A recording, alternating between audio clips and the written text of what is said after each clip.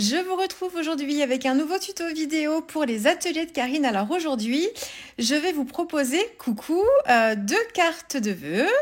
Je me suis inscrite à la chaîne des cartes de vœux lancée par Stéphanie sur le groupe Facebook des ateliers de Karine sur le mois de janvier. Et du coup, voilà, je vais préparer deux cartes et l'une des deux sera donc envoyée. Pour cette bonne année 2023. Alors, ce que je vous propose pour ces deux cartes, c'est de transformer un petit peu vos produits et de changer un petit peu les utilisations. Et donc là, je vais travailler autour des sapins avec deux produits des ateliers de Karine. La première carte avec des die, la deuxième carte avec des tampons. Et ici, je vous propose de réaliser vos pochoirs en utilisant les die, justement, ce trio de sapins. Donc, j'ai utilisé une feuille de papier transparent, du rhodoïde. J'ai positionné mes petits sapins en fait sur mon morceau de rhodoïde. Donc je l'ai fait de la taille de ma carte là, donc 14 par 14, et je les ai passés dans la Big Shot tout simplement. Ça se découpe très très bien. C'est pas un rhodoïde spécial. Il est pas spécialement hyper fin non plus. Enfin je sais pas. C'est celui que j'utilise. Moi voilà, j'avais un paquet entier avec plein de feuilles. Donc je ne sais pas d'ailleurs quelle marque c'est et à quoi ça sert réellement, enfin si il avait une utilité particulière celui-ci. Mais en tout cas, voilà, il n'y a aucun souci, ça passe très bien dedans. Et du coup, ça vous permet d'avoir un pochoir fait maison et de pouvoir utiliser ce motif de sapin avec vos poudres. Là notamment, c'est ce que je vais vous montrer ici. Donc, les trois die sapins pour me faire un pochoir. Et puis, je me suis fait aussi un pochoir rond avec une forme de découpe. Vous pouvez aussi le faire en découpant au ciseau, en évidant au ciseau avec le cutter de précision, en dessinant un cercle en fait à l'intérieur d'un rhodoïde. Et vous, voilà, après, vous découpez tout autour. Donc je me suis fait un gabarit comme ça, et puis je vais travailler avec le pochoir. Mais avant, je veux créer une scène.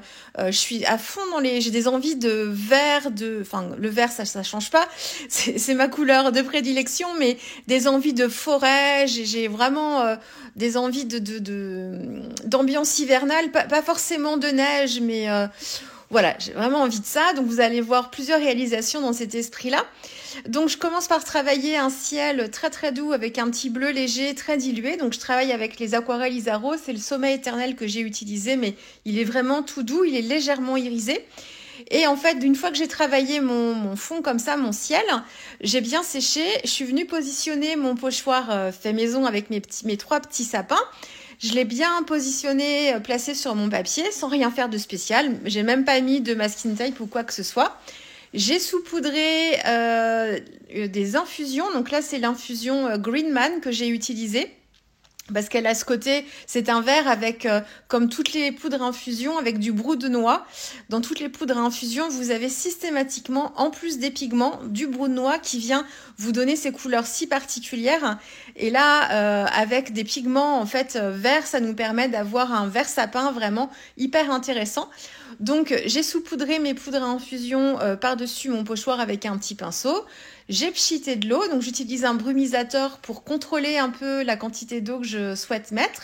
J'ai retiré le pochoir et ensuite avec un pinceau gorgé d'eau, je suis venue en fait tracer une ligne pour me faire mon sol et je suis venue effleurer la base des troncs d'arbres en fait pour me permettre de ensuite créer des fusions, que en fait les infusions qui se trouvaient sur le sapin et notamment dans le tronc puissent descendre comme ça et me créer des infusions et me créer un petit sol tout vert avec plein de nuances. Donc je l'ai fait une fois. Et puis, alors je laisse un petit peu agir les infusions comme ça. Donc, j'ai retiré le pochoir. Alors, j'ai essayé de faire attention, mais j'ai pas eu de souci puisque tout est, l'eau n'est pas passée en dessous et vous voyez là, ça fait vraiment la forme du sapin. Alors, il y a le côté flou parce que c'est le côté aquarellé aussi, le fait qu'on apporte de l'eau, mais on a quand même cette silhouette de sapin qui est quand même bien définie. J'ai laissé les poudres, enfin les petits pigments agir un petit peu et puis au bout d'un moment, j'ai séché un petit peu Heat Gun pour accélérer tout ça. J'ai refait un deuxième sol un petit peu plus bas pour travailler le premier plan et l'arrière-plan parce que les 3 sapins, je les trouvais un petit peu trop nus, quoi. Le paysage manquait un petit peu de masse, en fait, de matière.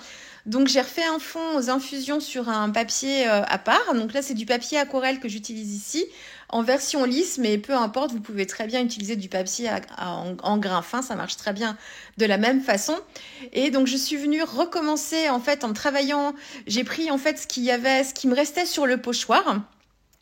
Donc, quand vous pulvérisez de l'eau, en fait, vous avez aussi les petits pigments qui réagissent sur le pochoir. J'ai retourné mon pochoir sur un papier en fait aquarelle que j'avais une chute. Et ensuite, alors je voulais pas forcément voir les sapins en négatif. Je suis revenue travailler après avec un petit peu de spray et un petit peu d'infusion pour retravailler mon fond, me créer des effets de texture aussi. Bien séché au Heat Gun et j'ai ensuite découpé mes 2 sapins, je crois. Enfin, j'ai fait les 3, mais j'en ai utilisé que 2 pour me faire ma carte. Et puis, je vais vous expliquer après ce que j'ai fait pour la terminer. Mais voilà, donc vraiment très très simple, ça fonctionne très très bien. Pour la deuxième version que je vous propose ici, on est sur exactement la même mise en page. Je vais travailler cette forme ronde. Je commence par travailler aussi mon ciel. Donc là, j'essaye de travailler les volumes. Alors non pas que je cherche à faire une boule, parce que c'est pas du tout l'esprit que je veux, mais je veux travailler un petit peu les volumes et je veux avoir une sensation de profondeur de champ en fait. Donc voilà, donc c'est un peu ce qu'on travaille quand on travaille les boules et surtout les boules transparentes aussi. Je travaille en fait avec un centre au niveau donc le centre de la boule plutôt clair et puis plus on va vers les extérieurs et plus on fonce pour finir par faire un petit liseré tout autour avec une couleur très très peu diluée. Donc pour le ciel ici, c'est la même chose, c'est un petit bleu très clair et j'ai dû utiliser aussi un petit mélange là pour rehausser un peu avec un petit peu de gris de paille, mais on est sur un ciel plutôt gris bleuté. Et alors, pour avoir cet effet de forêt, cette fois-ci, j'ai utilisé un tampon de la collection Nude and Wild. C'est un tampon plein avec un motif, une silhouette de forêt.